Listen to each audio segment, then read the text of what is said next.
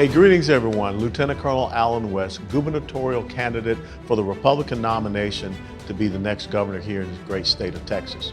You know, there's a lot of talk about what's going on at our border. And without a doubt, that is job number one.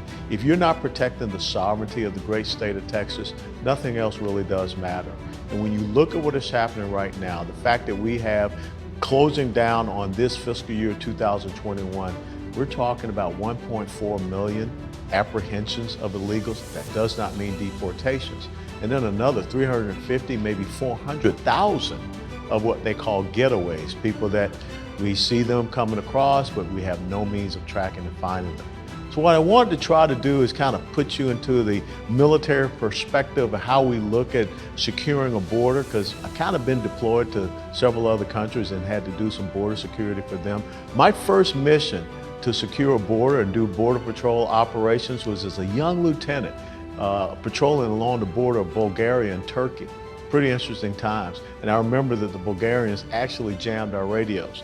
But I'm not great at drawing, but let's just say that here along is Rio Grande River, representing the blue.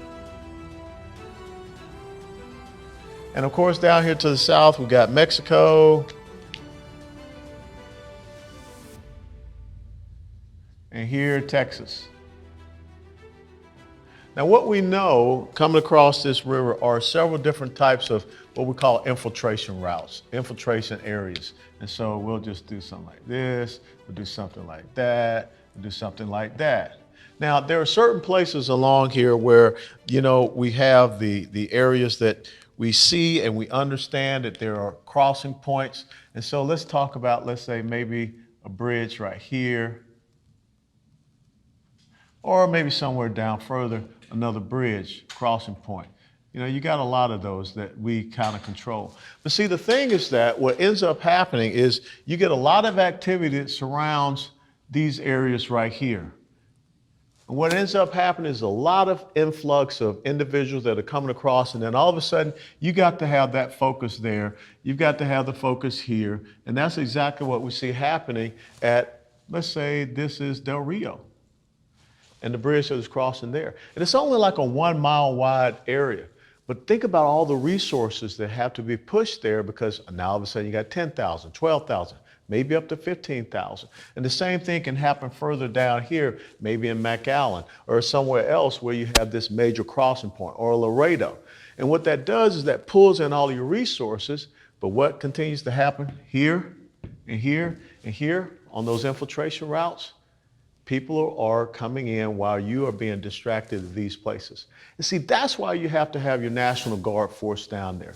Because if you're going to secure a border, you secure a border by being on the border, the entire border, as best as you possibly can, especially when you know these critical infiltration routes. But that's not what we have. Because the thing, if you have your folks up here along the border, then they can interdict these infiltration routes as they are coming across day and night. That's what's happening. You know, recently I was down there in South Texas. A lot of the Border Patrol checkpoints, they're abandoned, they're deserted, they're empty. Why? Because we're pushing all of the resources here. So there are two things you have to understand. This becomes your area of operations. But the area of operations is where you have your boots on the ground, you have people that are there. And the other thing is that people talk about a contiguous wall. It's not so much that you have to have a contiguous wall, but at least if you have some type of physical boundary or physical obstacle, now you can channelize people into certain areas where you can focus your resources.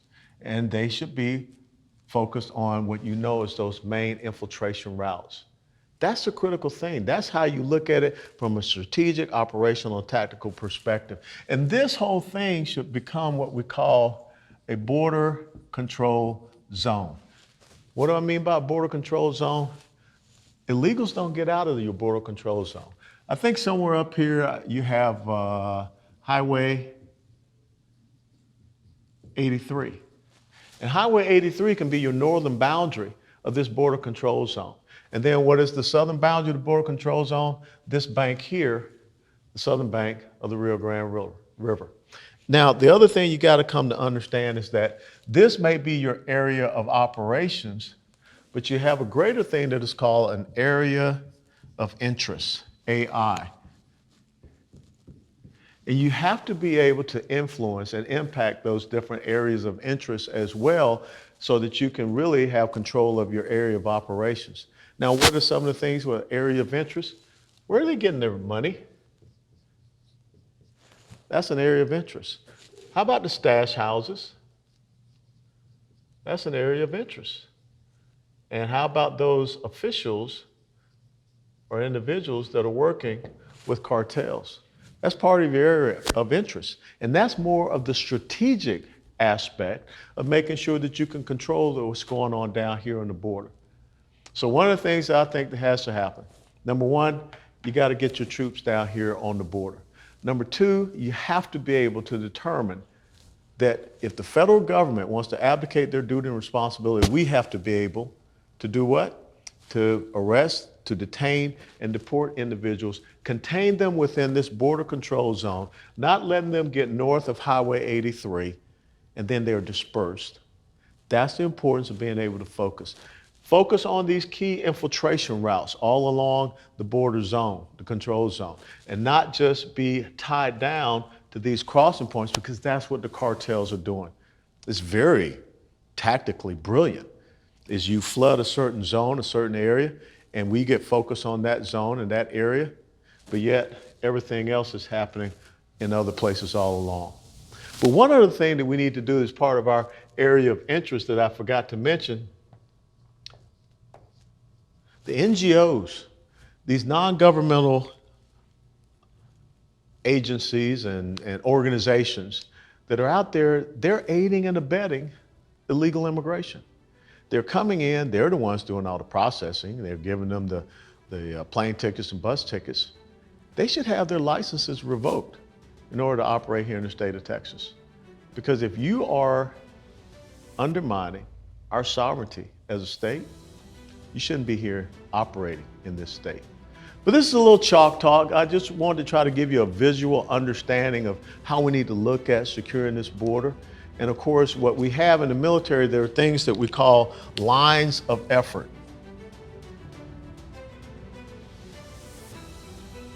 which are basically your major tasks that you want to have conducted. And one of the major lines of effort that we need to have is what we call C2. And C2 stands for command and control. Who's in control in the border control zone? Who is on the ground? Who is that single, as we say in the military, who's the single point of contact? Who's the belly button that when something goes wrong, you go to? And we've got to bring everyone under one single command authority, because right now, there's so many different agencies down there operating. Who's in charge?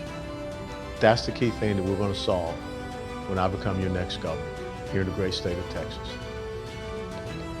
And we're going to make sure that they don't come into the state of Texas to threaten your life, your liberty, your property, and your way of life.